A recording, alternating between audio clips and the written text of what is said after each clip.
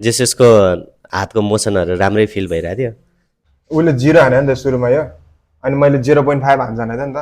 0.5 को कस्तो आउँदो रहेछ दाग देखेँ हेर त। र मलाई चाहिँ ओभरअल राम्रै जस्तो लाग्यो। हो, अब यसरी चाहिँ कपाल निकाल्ने, सर्टेस्ट टु लङ अब काट्ने। So hello WhatsApp YouTube family, it's me Jacob. र आज पनि तपाईँहरूको लागि नयाँ कन्टेन्ट लिएर आएको छु। र आजको मेरो कन्टेन्ट चाहिँ हाइफेडको ट्युटोरियल हुन्छ। र आज चाहिँ मलाई साथ दिने कुमार छ, र उसको चाहिँ यो लगभग सेकेन्ड हेयर कट हो होइन। उसले पहिले पनि यहाँ हानिसकेको छ, र आज चाहिँ यहाँ उसले कसरी अब हाइफेड होइन के कताबाट गाइडलाइन लिने हो यो मोडलमा, अब हाइफेडको एक्चुअल गाइडलाइन चाहिँ कहाँबाट लिनुपर्छ र कहाँ फिनिसिङ हुनुपर्छ भन्ने कुरा चाहिँ आज हामी यहाँ प्रस्तुत गर्छ। फर्स्ट थिङ भनेको चाहिँ हामीले अब हाइफेडको लागि टेम्पल एरियाबाट चाहिँ गाइडलाइन लिनुपर्ने छ। त्यो चाहिँ हामीले 0मा है, यहाँबाट अब हामीले योबाट सेम मोसनमा यसरी 0 लिनु पऱ्यो है। अनि हाम्रो हाइफेडको इन्डिङ चाहिँ केमा हुन्छ, 1 नम्बरमा हुन्छ, जो चाहिँ यहाँ हुन्छ है। र बाँकी भनेको चाहिँ हामीले हाफ अफ पिङ्की फिगर 0.5 र 1.5 त्यो चाहिँ लिनुपर्ने हुन्छ है। अब यो यहाँबाट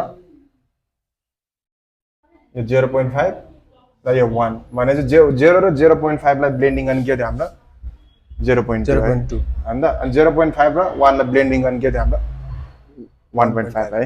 ओके, अब यो फर्मुला चाहिँ हामीले यो कपालमा इम्प्लिमेन्ट गर्छौँ है। फर्स्ट चाहिँ हामीले अब 0 हान्दैछ, 0 हान्यो होइन। जति पनि हामीले यो अब गाइड बनाइसकेपछि सेकेन्डमा चाहिँ तल कपाल हामीले बिस्तारै सफा गर्दै जानु पर्यो। मेन चाहिँ क्लाइन्टलाई पनि हल्का 8% यसरी दिने। अब कुमारले यति राम्रो 0 ब्लेन्डिङ हान्यो नि त होइन, 0 हान्यो होइन।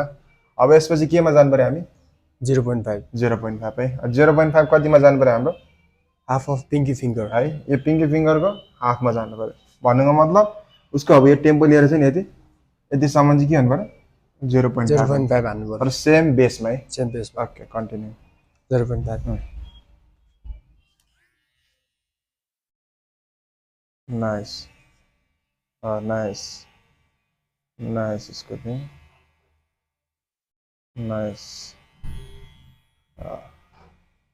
उसले 0 हान्यो नि त सुरुमा यो, अनि मैले 0.5 हान्छ भनेको थिएँ नि त।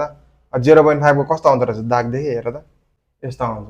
अब यसलाई ब्लेन्ड गर्नलाई के गर्नु पऱ्यो हामीले 0.2 है, 0.2 है। अब यो 0.2 ले यसले मेट्छ, मेट 0.2 मा छ ल अहिले 0.5 हो। दाग चाहिँ यस्तो देख्छ है जस्तो हामीले भने नि।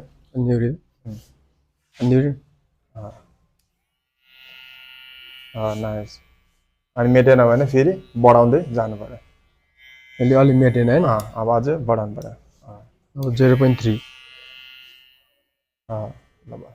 र अब कुमारले भर्खर यहाँ 0.2 हानेर ब्लेन्डिङ गर्यो नि त होइन। अब यसपछि के हान्नु पर्यो हामीले 1 हान्नु पर्यो। 1 चाहिँ कति हान्नु पर्यो अब हामीले पिङ्की फिङ्गरको 80%, जुन चाहिँ अब उसको हेयरमा यति यति हुन्छ ल। ओके, यो गाड तल ओपन गरेर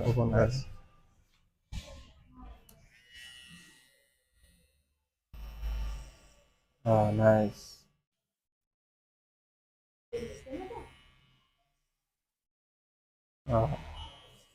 ल अब सब एकचोटि 1 पनि हाने ब र अब कुमारले 1 हाने नि। अब 1 मा हेर त यो दाग देखिरहेको छ नि जस्तो। अब यसलाई ब्लेन्ड गर्नलाई के हान्नु पर्यो हामीले 1.5 होइन त, 1.5 हान्नु पर्यो। 1.5 ले दागलाई स्कुपिङ गरेर लेट्स बिगिन। नाइस। अब यो यसरी नै ब्लेन्डिङ हुँदै जान्छ है। नाइस, चिलमा अब र कुमारले 1.5 हानेर ब्लेन्ड हाने नि होइन त। ब्लेन्ड हानेपछि 1 को सम्मको त हाम्रो काम सिधै नि होइन। अब योभन्दा माथिको लागि के गर्यो हामीले के गर्छ क्लिपर ओभर क्लिपर। अब यो चाहिँ तपाईँले हेर्नुहोस् हो। अब यसरी चाहिँ कपाल निकाल्ने, सर्टेस्ट टु लङ अब काट्ने। यो क्लोजमा राखेर गर्दा बेस्ट हुन्छ है। स्टेबल हुनु पऱ्यो कहीँ। नाइस। यसरी बढ्दै जानु पऱ्यो। हेर्ने एकचोटि हो, फेरि गर्ने।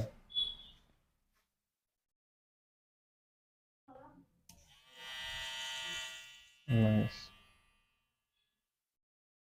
ल ल र अब सबै कुरा होइन ब्लेन्डिङ भइसकेपछि at the end the finishing पनि दिनु पऱ्यो नि त। फिनिसिङ चाहिँ कहाँबाट दिन्छ भने चाहिँ हाम्रो टेम्पलियरीकोहरू जति पनि हुन्छ नि आउटलाइनको कपालहरू त्यसलाई चाहिँ क्लियर गर्नुपर्ने हुन्छ क्या, जुन चाहिँ हाम्रो अब ट्रिमरले गर्छ। ट्रिमरले गर्छ। यो चाहिँ अब सी कपमा गर्नु पर्यो।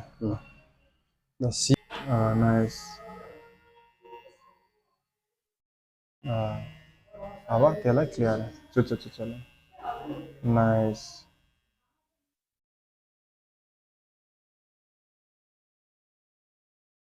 र आज चाहिँ उसले होइन सबै कम्प्लिट गर्यो। अलमोस्ट उसले सेकेन्ड हेयर कट हो उसको मोडलमा, त्यही पनि उसले बेस्ट हानेको छ होइन। र यसरी नै अझै बेस्ट गर्दै जानु पर्यो। अब मोडललाई चाहिँ कस्तो लाग्यो उसको वर्कहरू? उसको हातको मोसनहरू राम्रै फिल भइरहेको थियो। अब यसो हेर्दाखेरि राम्रै भइरहेको छ कि जस्तो फिल भयो, राम्रै भएको जस्तो फिल भयो। अब यो चाहिँ उसले होइन ऐनामा हेरेपछि थाहा हुन्छ। र अझ त्यो फिडब्याक पनि हामी उसकोबाट लिन्छौँ। र कुमार कस्तो लाग्यो तँलाई हाम्रो र मलाई चाहिँ ओभरअल राम्रै जस्तो लाग्यो, किनकि अब हल्का मैले आज चाहिँ हल्का मजाले अस्तिभन्दा चाहिँ हल्का मिलाएर हानेको थियो। अनि हल्का यो अस्ति चाहिँ के अरे क्लिपर ओभरकम गर्दा हल्का बिग्रिएको थियो। अहिले चाहिँ क्लिपर ओभरकम गर्दा हल्का राम्रो पनि भएको छ। ठिक छ। ल अब वास गरेपछि उसको फाइनल रिजल्ट देखाउँछु र क्लाइन्टको रियाक्सन पनि आफ्टर मिरर।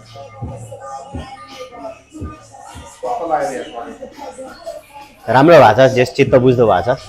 साथीले जे साझा चित्त बुझ्ने गरी काट्यो, दामी लागेको छ, दामी भएको छ।